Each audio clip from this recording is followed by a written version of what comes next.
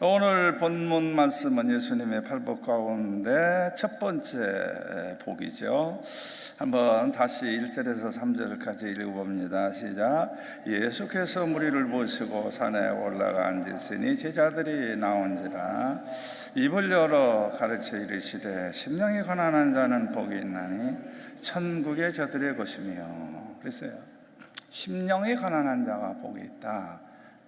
이게 팔복의 첫 번째죠. 심령은 마음입니다. 마음. 근데 이거는 첫 번째 복이면서도 8가지 복의 기초, 터전이 되는 복이에요. 심령이 가난한 사람이라는 의미가 뭐냐? 여기에 대해서 아마 제일 정의를 잘 내려주신 분은 아마 잔 웨슬리 목사님이실 거예요. 이분은 심령이 가난한 자라고 하는 것은 겸손한 자다. 내가 악한 죄인이라는 거, 본성적으로도 악하고 기질적으로도 악하다라는 것을 인정하는 사람, 그게 심령이 가난한 자들이다. 내가 악하기 때문에 나의 악을, 나의 죄를 해결해 주실 분은 예수님의 십자가의 보혈밖에 없다라는 것을 인정하는 사람이다. 그게 심령이 가난한 사람이다. 그래서 잔 웨슬리 목사님은 죄 가운데 가장 큰 죄는 예수 믿지 않는 죄다, 이렇게 정의를 내렸어요. 그러니까 우리가 일반적으로 상식적으로 이해하는 것은 예수님의 산상수, 팔복, 기독교를 대표하는 기독교 윤리 아니야? 이렇게 이해를 하는데 잔 웨슬리 목사님은 노 그게 아니라는 거야. 바로 산상수는, 팔복은 기독교 구원론의 본질이래요. 그래서 구원론에서 시작된 기독교 윤리지 기독교 윤리 자체가 아니다. 그렇게 생각하면 산상수는 팔복을 아주 오해하는 거다, 이렇게 아주 분명하게 정의를 내려줬죠. 잔 웨슬리 목사님은 심령이 가난한 자라고 하는 것은 예적 상황을 말하는 것이 아니다 라고 하는 것을 분명히 정의를 내려요. 그러면 아마 여러분들 가운데 그런 질문을 하는 사람들이 있을 거예요. 목사님, 누가복음 6장 20절에 보면요, 똑같은 산상수훈 팔복이 나오는데 거기에는 심령이라는 건 딱 빼버리고 가난한 자는 복이 있나니 그랬잖아요. 그러니까 심령이라는 걸 너무 강조하면 안 되잖아요. 이렇게 질문하는 분도 있어요. 왜? 지난 반세기 동안 신학계에서 이 구절을 가지고 신학적 논쟁을 벌였거든요. 어떤 사람들은 아니, 심령이 가난한 자가 복이 있다는 게 기독교 복음의 핵심이고 예수님의 의도였다. 아니다. 누가복음이 진짜다. 심령을 빼버려라. 가난한 자가 복이 있다, 그런 거야. 그러니까 가난한 자가 복이 있다라는 강조하는 분들은 이제 여러분이 잘 아는 해방신학자들, 민중신학자들, 진보 좌파신학자들이죠. 이 사람들에게 있어서 좋은 점은 가난한 사람들에게 관심을 갖게 해준다고 하는 데는 좋은 점이 있어요. 그런데 이것이 지나치다 보니까는 결국은 가난을 절대화하고 민중을 절대화하고 프롤레타리아를 절대화하는 위험성을 범했다는 거.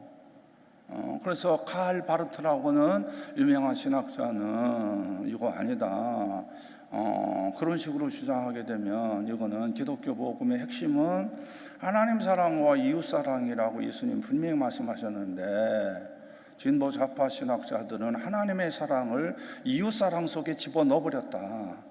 그래서 이웃 사랑만 강조하고 하나님 사랑을 없애버렸다. 이거는 엄청난 미스테이크다, 이렇게 강조한 거예요. 그리고 많은 목회자들이, 신학자들이 현실적으로 보면 가난한 자, 민중, 해방 하는 사람들일수록 돈을 더 밝히더라. 그런 사람들일수록 부자와 가까이 지내려고 부자를 접근하더라. 왜 현실적으로 안 맞는 얘기를 하느냐, 이런 거예요. 여러분, 심령이 가난한 자들에게 주시는 복을 예수님은 뭐라고 말씀하셨냐면 천국이 저들의 것입니다. 천국은 하나님의 나라잖아요. 하나님의 나라요.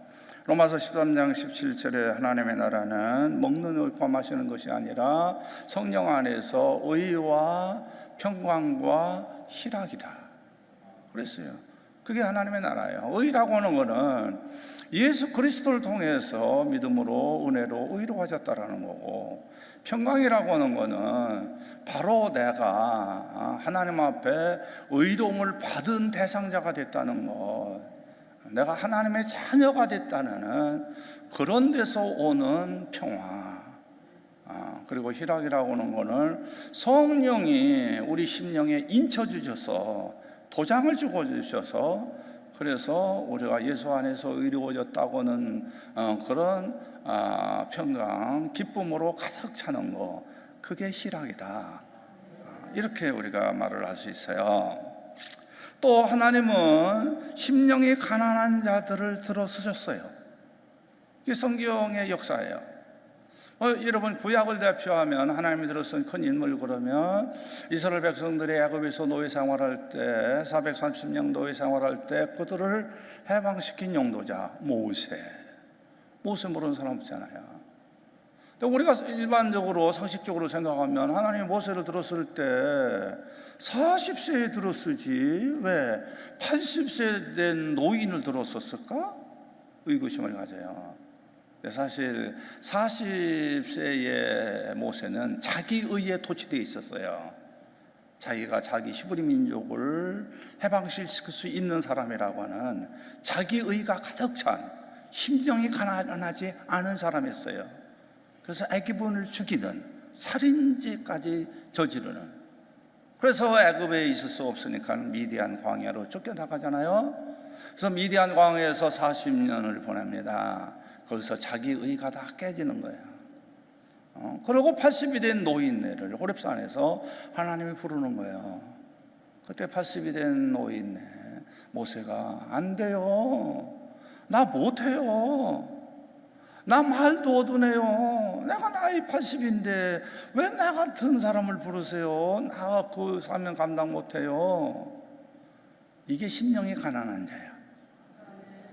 그래서 하나님이 80대 된 노인이지만은 심령이 가난한 모세와 함께 하셔서 또 그 징표로 지팡이를 주셔서, 그래서 모세를 통해서 80된 노인네 모세를 통해서 이스라엘 백성을 해방시키더라.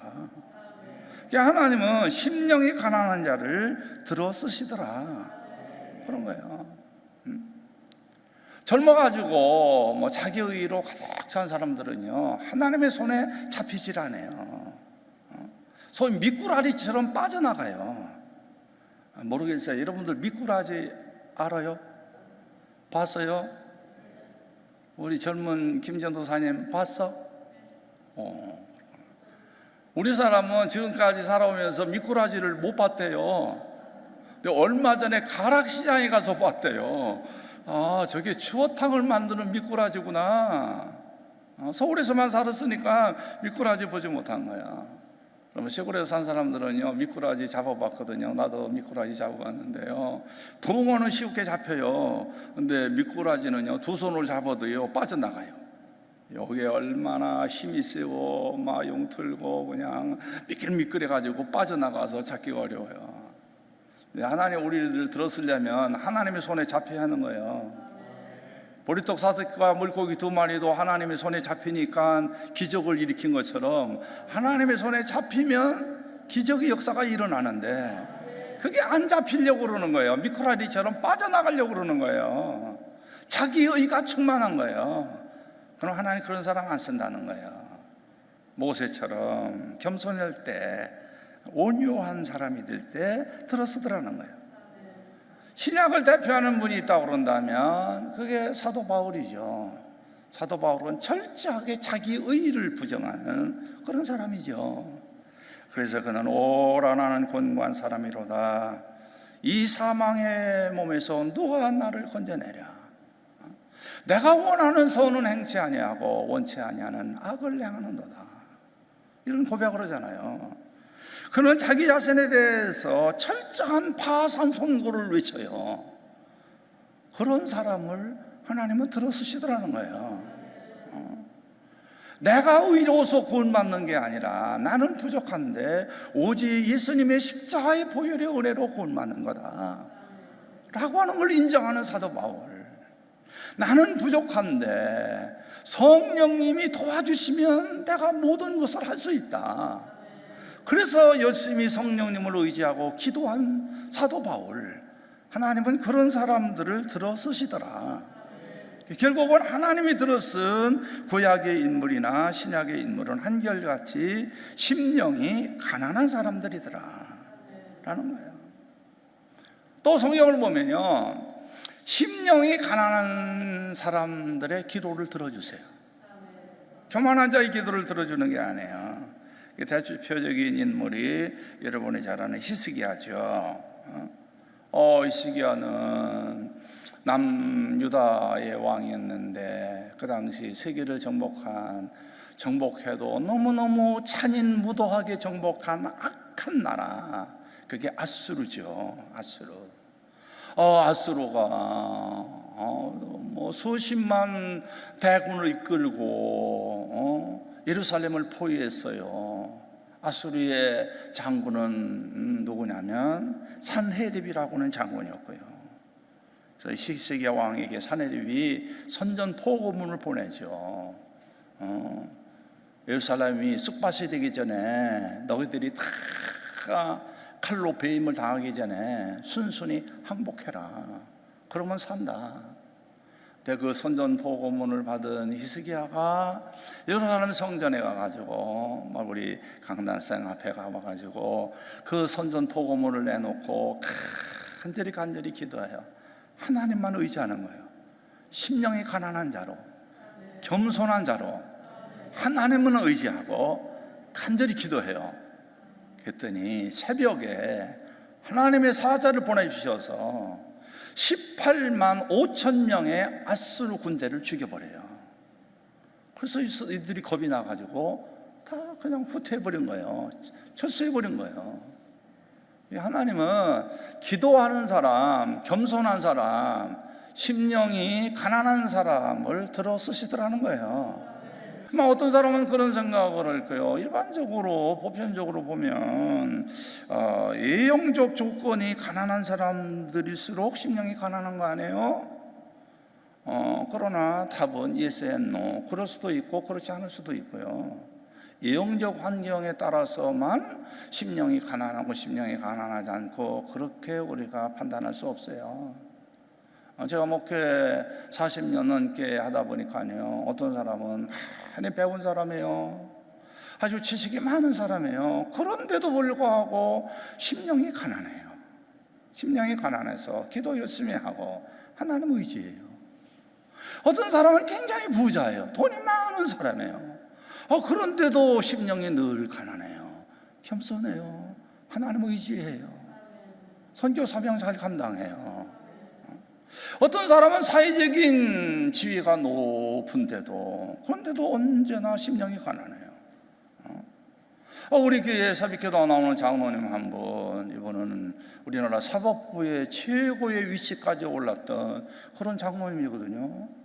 그런데 이 장로님은요 1년 내내 거의 새벽기도 한 번도 빠지는 적이 없어요. 새벽기도 나오셔도 언제나 거의 제일 늦게 나가시는 분, 가장 많이 기도하다가 나가시는 분.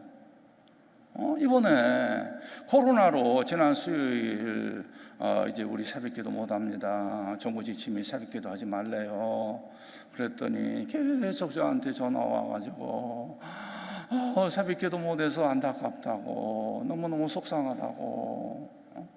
그러니까 심령이 가난한 거는 예형적인 것과 다르구나라는 걸 느낀 거예요. 여러분들 부자가 되고 출세를 해도요 심령이 가난해야 해요. 높은 자리에 올라가도 심령이 가난해야 됩니다.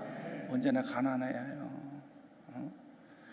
지금 코로나로 우리 모두가 지쳐 있잖아요.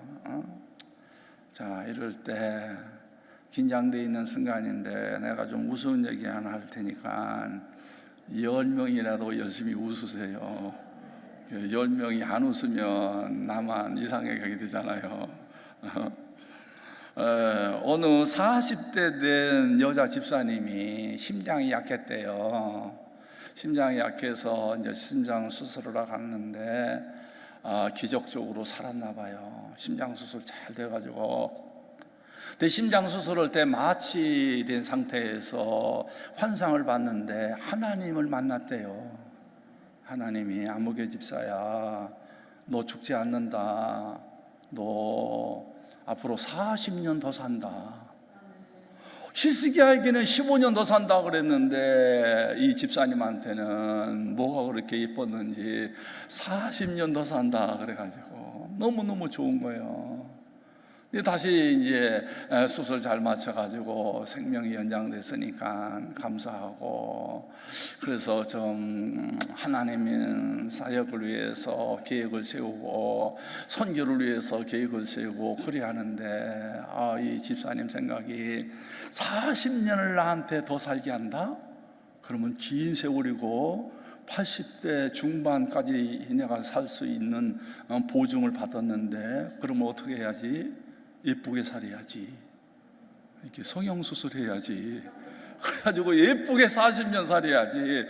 그래가지고 우리나라 최고 수준의 성형외과 의사를 찾아가가지고요, 코도 고치고 눈도 고치고 양악수술도 하고 뭐 심지어는 배에 뱃살 기름기까지 다 빼는 아주 돈을 많이 들여가지고 전부 아주 온몸을 전부 수술했대요. 그러니까 아주 딴 사람이 된 거예요. 예쁜 집사가 된 거예요. 그래서 모든 수술 절차를 다 마치고 이제 끝났다고, 그래서 기분이 좋아가지고 차 타고 집으로 막 오는 중에 교통사고로 죽었대요. 교통사고로 죽어가지고 천당 가가지고 하나님 만나니까 우선 하나님 앞에 항의하는 거예요. 하나님, 나 40년 더 살게 한다고 보장해 주셨잖아요.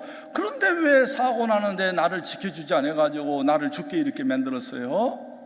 그랬더니 하나님이 대답하시기를, 야, 내가 너를 지켜주려고 그랬는데 너무 많이 고쳐서 알아보지 못했다. 하나님도 알아보지 못했대요. 그래서 결국은 하나님이 지켜주지 못했다. 그래도 많이 웃네. 다행이에요. 자, 우리가 지금 코로나 재확산으로 참 어려움을 당하잖아요. 더군다나 교회가 발원지가 됐어요. 진원지가 됐어요. 그래서 특별히 목사님들은요, 쥐구멍이라도 있으면 들어가고 싶은 심정, 그거예요.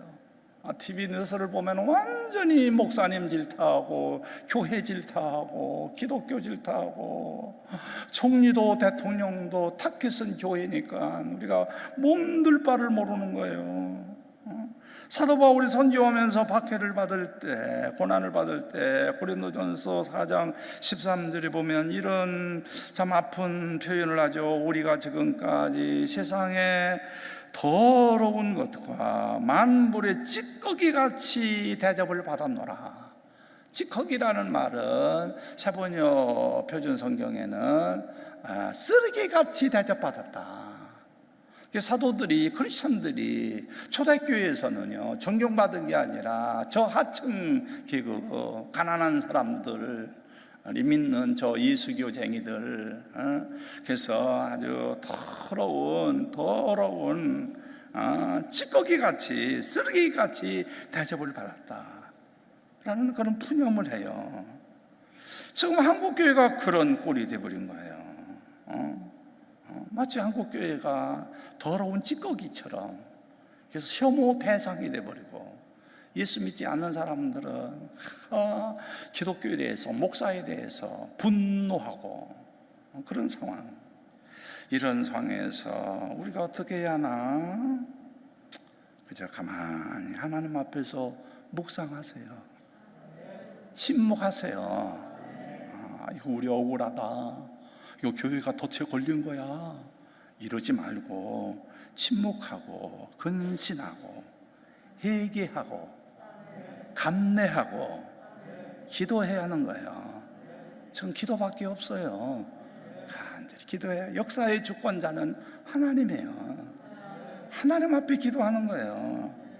흑사병이 창궐했던 시절 종교개혁자 마르틴 루터, 그가 이런 편지를 남겼어요. 루터가 종교개혁할 당시에도 중세 유럽에서는 코로나보다 더 무서운 흑사병이 창궐했거든요. 그때 편지를 남긴 루터의 내용을 보면 이런 내용이에요. 요약합니다. 나는 이때 하나님께 자비를 베풀어 주셔서 우리를 보호해 달라고 간절히 기도할 뿐이다.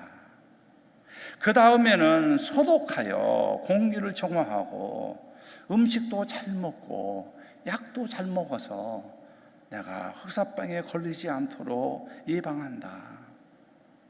나의 부주의로 인해서 혹시 다른 사람들이 감염되어 그 사람들이 목숨을 잃지 않도록 나는 조심한다. 그리고 나는 꼭 만나야 할 사람만 만나고 그렇지 않으면 아무도 안 만난다. 사람 만날수록 감염되니까.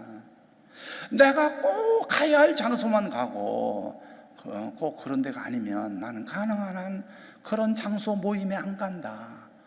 그래야 내가 흑사병에 걸리지 않으니까. 여러분, 지금 이 시대에 우리가 해야 할 일은 루터가 한 일을 우리가 해야 하는 거예요. 우리가 열심히 기도하고요. 어디 막 쉬어다니지 마세요. 식당 막 가지 마세요. 영화관 가지 마세요. 노래방도 가지 마세요. 여행도 가지 마세요. 그저요, 집안에 꼭 박혀 있어요. 직장 가는 사람은 직장만 가고요, 자택근무하면 재택만 하고요. 앞으로 몇 주간, 아니 한 달 동안은요 근신해야 해요. 기도해야 합니다. 하나님이 이 나라를 지켜주실 줄로 믿습니다. 한국교회 지켜주실 줄로 믿습니다. 이 추락된 한국교회 하나님이 다시 세워주실 줄로 믿습니다.